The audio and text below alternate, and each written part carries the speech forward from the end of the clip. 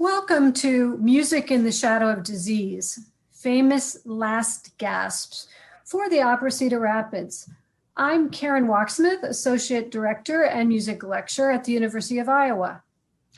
And I'm Christopher Squier, and I'm assisting Karen with this presentation. So you'll see on our opening page that we have an operatic heroine in bed, which is Mimi from La Boheme. She is dying of tuberculosis, and we'll start our presentation. Opera's portrayal of disease has many facets. It provides moral judgment of heroines and heroes, attitudes of in society, portrays aspects of the Industrial Revolution, called Bohemian idea, portrays the Gypsy or Roma culture, sexual freedom, homosexuality, and decadence in Venice. Tuberculosis, more commonly known as consumption, or the medical term phthisis, was a classic romantic disease. We would have pale, slender heroines who were consumed by the disease. Three of them we know: Mimi in La Boheme, Violetta in La Traviata, and Antonia in Tales of Haussmann. When individuals succumb to the disease, they may exhibit what is called sphaesthesis. This is a surge of hope, energy, and the belief that they are well again. Think about Violetta in La Traviata and Mimi in La Boheme. La Traviata is based on Alexandre Dumas' 1848 novel, La Dame aux Camélias, The Woman of the Camellias, featuring the heroine, a courtesan named Marguerite Gautier, clutching her blood-spotted handkerchief in a prelude to her death. You'll see here a picture of Death courting Violetta in La Traviata. Okay, so let us talk a little bit about the history of this disease, a tubercular timeline. The interesting point to note is that La Traviata, with its tubercular heroine, was in fact written and produced before we knew much about the disease. Because, in fact, although we knew it was an infectious disease, it wasn't until 1882 that Koch in Germany identified the organism that caused it, the Mycobacterium tuberculosis. And the only measures to deal with the disease up until then were fresh air, nutrition, generally trying to live comfortably. There was no treatment. And that's why sanitaria were established, first in Europe, then across this country. And the picture here is from one very local, the Tuberculosis Sanitarium at Oakdale, which I can remember having meetings in. It was no longer a sanitarium, but it was owned by the university. And you can see in this picture the beds pushed out onto the verandas because the fresh air, regardless of the temperature, was considered to be curative. This is the site, incidentally, where the hygienic lab has now been built. Boheme came after the disease was better understood, but still prior to a real treatment, which was antibiotics. With the Second World War development of antibiotics, we got a drug that effectively dealt with the organism. Although the triumph was short-lived, because resistant strains of the organism began to emerge quite quickly, and that meant that you had to use different drugs and combinations of drugs to effectively treat it. But tuberculosis is actually an ancient disease. Suggestions are from changes seen in Egyptian mummies that there were tubercular-like changes. And in fact, the scrofula of medieval Europe was a part of the tubercular syndrome. It was believed, in fact, that the touch from royalty could cure it. It involves much more than the lungs, although we are here very concerned with lungs and that form of tuberculosis, but it also involved other organs. And as I've said, treatment was originally isolation and nutrition. There was a technique called pneumothorax, rather a horrifying procedure in which a lung would be collapsed by putting in a tube into the lung. And that meant the lung wouldn't work, but it meant that it gave it a chance to heal. Now, obviously, you could only do one lung at a time.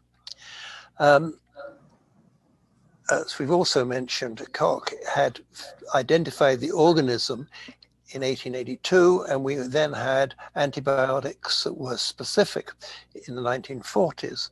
And now, as I also mentioned, we're facing the challenge of multi-drug resistant strains. And the challenge with any drug treatment of tuberculosis is ensuring the patient sticks to the regime of the drug for a fairly long period. And that may take sort of supervision by someone to check with them every day that they've taken their drugs, because if they don't, it is of no avail. So in the 19th century, TB was regarded as the romantic disease. It was thought to produce spells of euphoria, increased appetite, exacerbated sexual desire.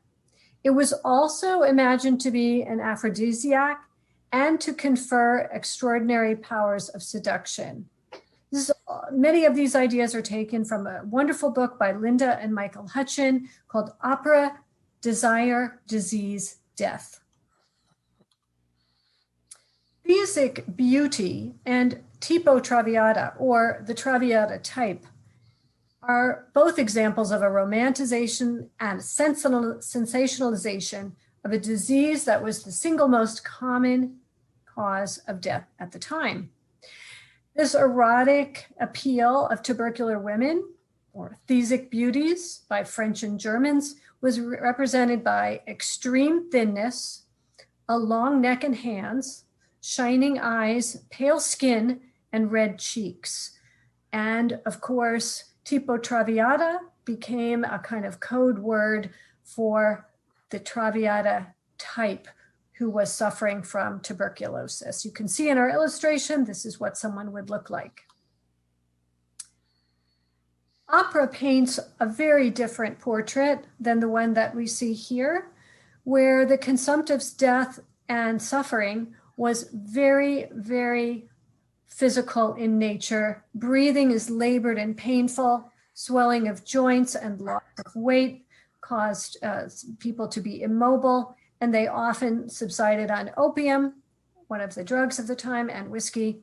And you can see the difference on our tubercular woman on the right from the one on the left. This fashion picture shows a stooping picture reminiscent of the consumptive. This was an 1840 idea of how women should look. Look at their waspish waists, extremely small, pulled together with corsets. And the stooping woman with the red scarf on of perhaps portraying death is someone who is coughing so much because she's bent over. It's causing her posture to change. So actually this influenced fashion, and this went on into the Victorian era. It's very interesting history. These arias with the last gasps, as our lecture is called, are from first La Traviata which was the first aria, and we're going to watch Renee Fleming. We know that Violetta had a first aria, for those of you who have attended the Cedar Rapids opera productions of La Traviata, where she says she's always going to be free. She's not going to marry, and she's a courtesan. And after the party scene, you'll see that she is coughing and ill. We'll show you some of that.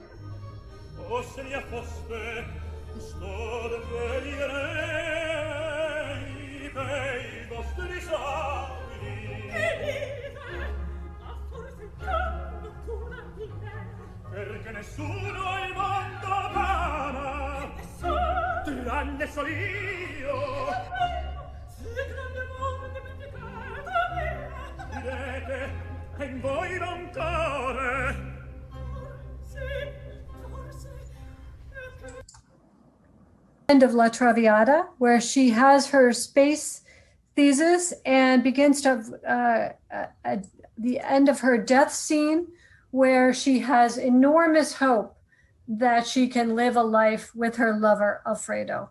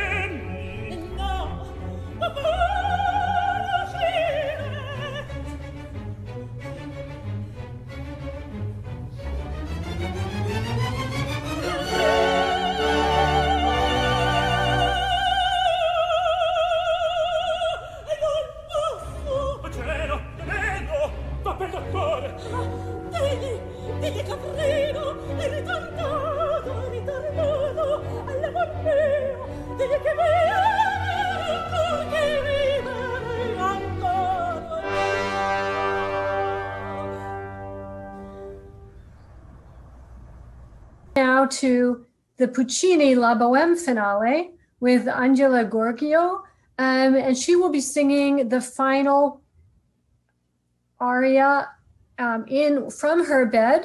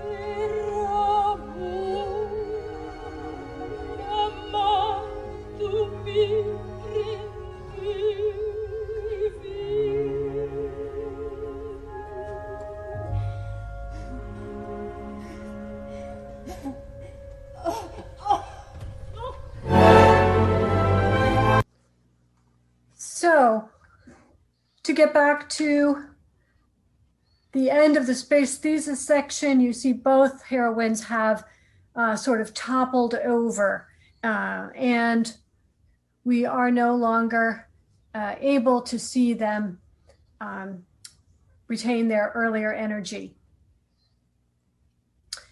As they say in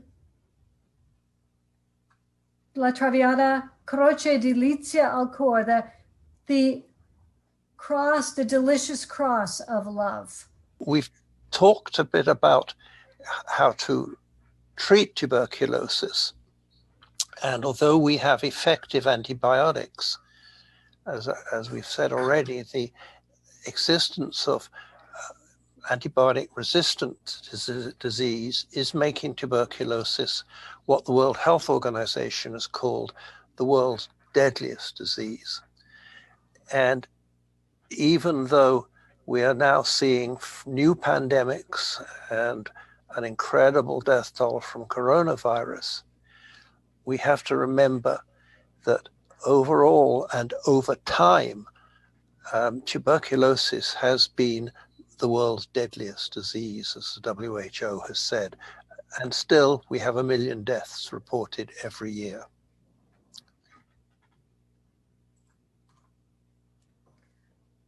Just to summarize this section, tubercular Violetta is portrayed as a guilty courtesan. She's flaunting the morals of the Italian Catholic Church. And tubercular Mimi, some 30 years later, a poor seamstress working in a crowded factory in Paris, is the lover of an artist. She is the victim of the bohemian lifestyle in Puccini's Verismo opera, portraying real life. We also have a number of other consumptive musicians who are famous, and one of them has been known to be in league with the devil, which is Niccolò Paganini, the famous violinist, had both syphilis and tuberculosis in the early 1800s. And he composed a piece called Dance of Death, and you can see how he is making the skeletons dance in this photo. Okay, let us move to our second disease, cholera. So if tuberculosis was a romantic disease, this is certainly a most unromantic disease. But it still has been used in opera. Death in Venice, which was based on the novel by Thomas Mann and written by Benjamin Britten. And there perhaps the death scene of Professor Aschenbach is the best known part. And also, I want to talk very briefly in a moment about cholera and the death of Tchaikovsky. So what is cholera? Again, a bacterial infection, an intestinal infection that is easily treated if treated in time. Rehydration because of loss of fluid, antibiotics to kill the organism. But despite that, it's still an epidemic disease. And if you get infected and are not treated, then within 2 hours to 5 days of being infected, you will die from diarrhea, vomiting, cramps, dehydration, and renal failure. It originated probably in the north part of India, around the Ganges Delta, in the 18th century, but spread very rapidly worldwide, spreading across India, across Europe, and then across to the United States. And there were significant deaths in the 19th century. But it isn't a historic disease. I just want to remind you that there was a cholera outbreak after the earthquake in Haiti, and that killed 8,000 people. So it hasn't gone away. It is ever present, unfortunately, particularly in the developing world. And what is choleric miasma, Christopher? That is the idea that it was spread as a miasma. So this goes back to theories of disease and the fact that there were evil air, infected air, which conveyed the disease. The miasma that contained cholera was the cholera miasma. Okay, so this is a little more personal. At my college in Cambridge, this is a picture, Tchaikovsky was awarded a doctorate of music in 1893, and he stayed in college for a number of weeks in the building, in fact, shown here, the West Lodge. And he was writing his Sixth Symphony. Now, at the same time, back in Petersburg, he had a case brought against him, having been accused of seducing the son of a very eminent Petersburg citizen. And this was a great disgrace. And in fact, it's believed there was a council of his peers who assembled and decided that this was something that couldn't go unpunished. And the punishment would be that he had to take his life. It was such a dishonorable thing that he had to commit suicide, in effect. Now, there are many theories about what then happened, but certainly we do know that back in Petersburg, he drank infected water infected with cholera, and fairly quickly developed cholera and died. Now, this was unusual because cholera was a common disease in Petersburg, and he would have known better than to have drunk cholera, water infected with cholera, water that hadn't been sterilized or boiled.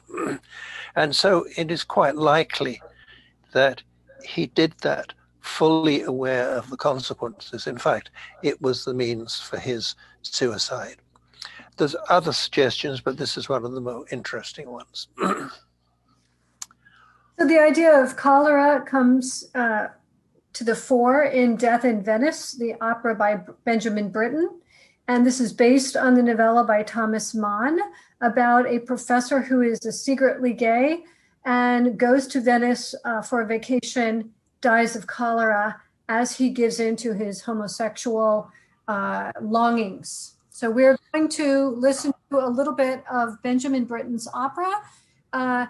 Benjamin Britten was also gay, and so he had a particular reason for writing about this. And this is a small clip of the end of the movie from the English Chamber Orchestra's production.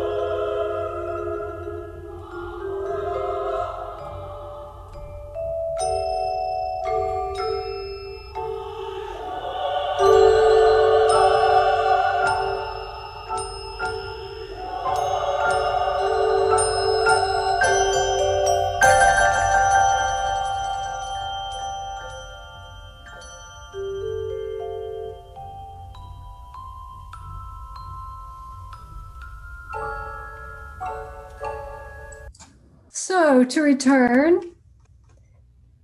here is, these are some photos of the portrayal of various characters who are Professor Aschenbach dying of the disease of cholera and his love, the young boy.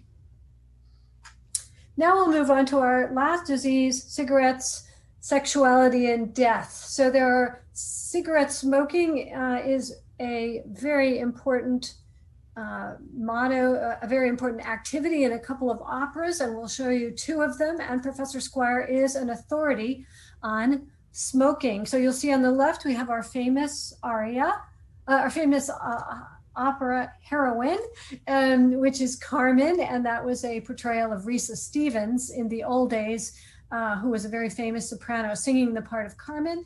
And you'll get introduced tonight to the Secret of Susanna, another smoker. So this is not an infectious disease, although some people would argue that, well, perhaps it is, and that cigarettes are the vectors, the infective agents. And it probably wasn't smoking that killed Carmen in the opera. Indeed, she died from cold steel. But despite all this, tobacco and tobacco-related diseases are worth mentioning because of the huge burden that results from their use. And you can see from the figures that we've put up here is that although recently COVID has exceeded tobacco use in this country, worldwide, there's probably not much difference in the death toll from COVID and from tobacco use. So tobacco was a recent disease in the West. It was introduced obviously after the first voyage by Columbus and spread rapidly through Europe and then through the rest of the world, mainly due to the highly addictive properties of the nicotine in tobacco, which is why people want to use it, and the incredible marketing by tobacco companies that have made a great deal of money from addicting people to their product.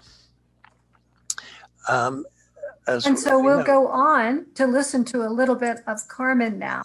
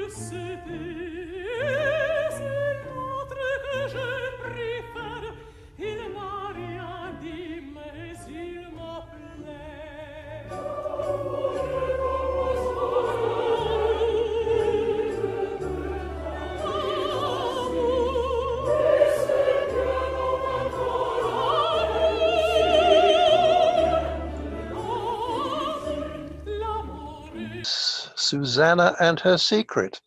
So, do you want to talk a little bit about that? Yes. So while everybody knows Carmen, few people have probably heard Susanna's Secret. Although this is a rather charming little work, it was written at a time, beginning of the 20th century, when ladies did not smoke.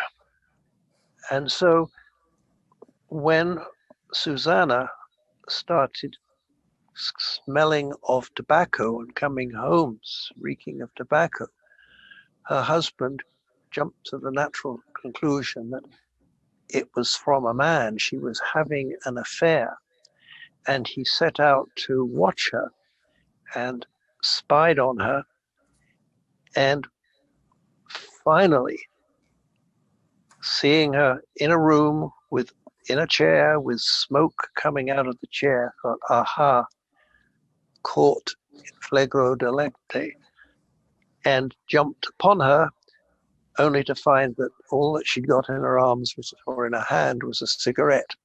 And so he offered very grave apologies, and the operetta ends with them going off, both with cigarettes, to the bedroom. Thus end all good stories, right?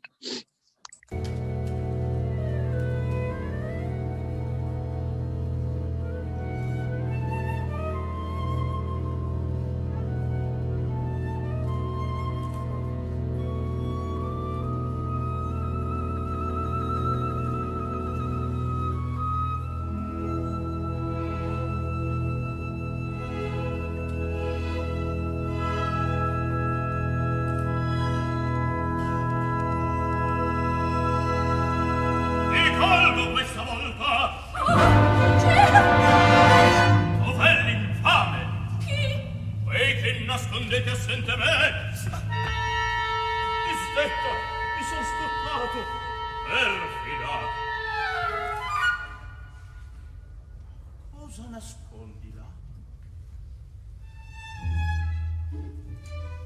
No! Sigaretta!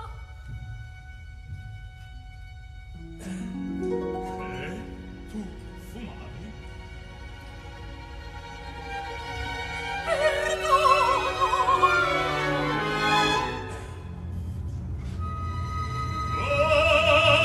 Angelo mio, tu a me perdona invece. Però, ahimè, sì. Geloso! Geloso! Del fuoco! Perdoniamoci ormai, io più non se tu vuoi sull'amor tuo mi pregi. No, fumeremo insieme! Prendi Anche un'altra! quella di domani.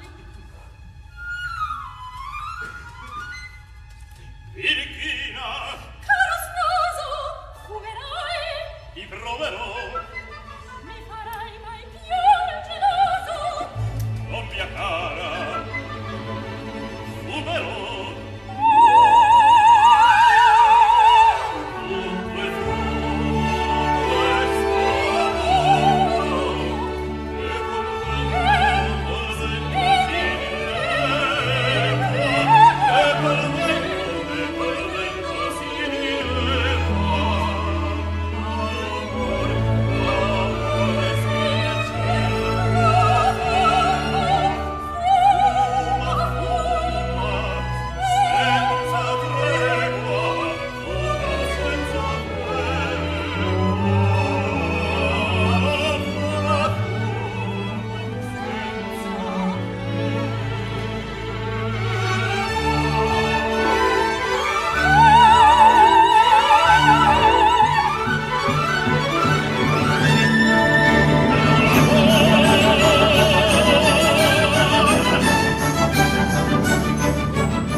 Ma della foga, dell'allegria, la mia esistenza. E vedi, anche la mia.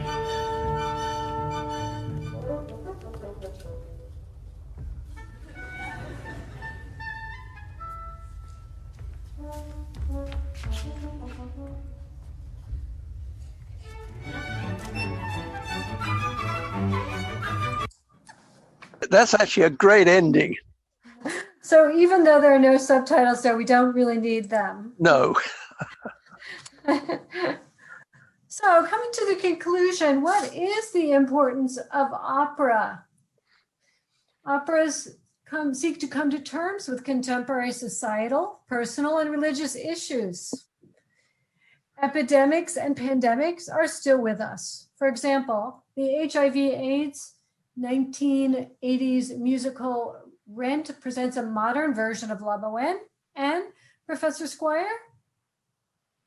We are still waiting, I think, for the first COVID music, but it's almost certain that there will be some, because events as momentous as that always stimulate music composition.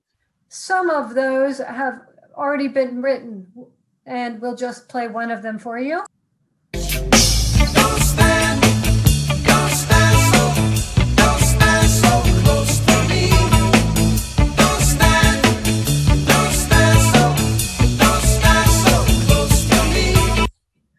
So the police said it all. And Christopher? Thank you, Karen. Been a pleasure.